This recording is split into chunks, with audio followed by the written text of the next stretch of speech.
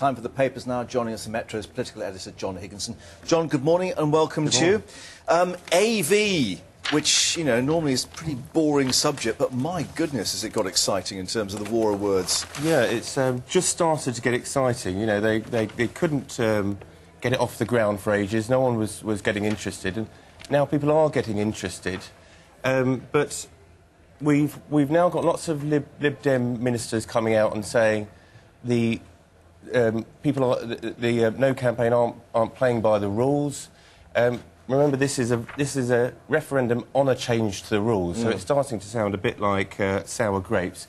And really, I think they should be getting out there and convincing the public right now why they should be voting yes rather than complaining about rule changes. So what's going on? Is it that they feel they've got to keep their own Lib Dem supporters on side and that it's a bit of a phony war in that sense? Well, they've said that there's been lies about AV. Particularly, they're pointing out about the cost of AV. Right. Now, there's been some claims that the cost of buying voting machines will be in the range of £250 million. Whether this is right or wrong, the cost on a voting machine is going to be nothing compared to voting in the wrong government. So really, you know, we are voting on something extremely important, something that could change the course.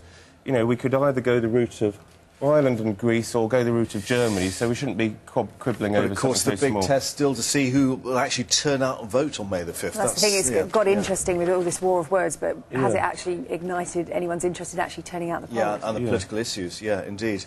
Extraordinary story in the front of the Daily Mail about these pupils attacking teachers, and aged 4, 5 years old? Yeah, this is something that they're... this is something that's awful. Obviously, it's something that would. They're saying that parents are to blame. The teachers are, and really, parents. Some parents are leaving their children in front of computers and TV. They're saying that they're getting bad language from there. But these are things that can be actually done quite cheaply. If you can imagine a classroom where there was no disruption, it would function a lot better than having all the latest IT equipment and everything else. So maybe something should be done about that. More pressure should be put on parents to say, look, children already have huge egos. They're not necessarily the centre of the universe. They should be taught before they get into the classroom, this is the way you behave around other human beings. Yeah. And that would improve a lot of things. Yeah, maybe. are they suggesting it's, you know, inner city areas, is particularly sort of social groupings, or is it just happening across the board? I think it's across... totally across Britain. You know, there's people are changing. They're not disciplining children the same way as they once did. Yeah. Maybe when you and me, both of us grew up, we were disciplined harder than they are now. Yeah, you'd never even think of talking back, would you? You know, no, exactly. So. Right. Okay.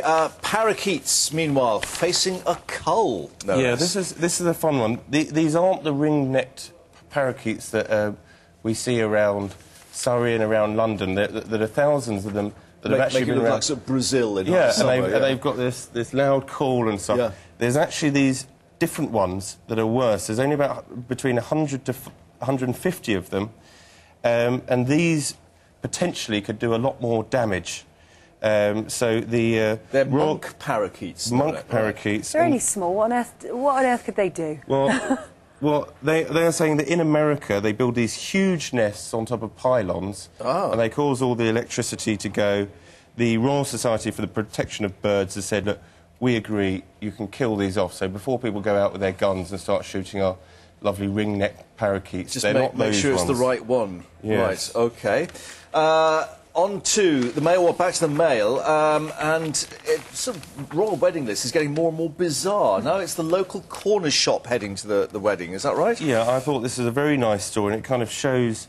it shows Kate for who she is, that she's remembered the owners of a sweet shop, and I can't imagine that there's many sweet shop owners that get to go to the wedding, even of local people, and here she is, standing up for the local sweet shop owner and say, look, you know, you can imagine her when she was 5 or 6 and going in there with her 10p and rifling through the pick and mix and And she's remembered that, and they've now got to go to the wedding that everyone wants to go to. Sherbet fountains all round. Yes, and exactly. the Buckleberry postman as well. Ryan Naylor's been invited, which is splendid stuff. Very nice. Right, OK. And very quickly, let's just reflect that the lovely weather, even though we're going to talk about hosepipe ban, boosting holiday and shop sales, so it's good news. Yeah, it's been a lovely weekend. It's apparently in Surrey it reached 28.7 Celsius, which is hotter than in the Sahara Desert.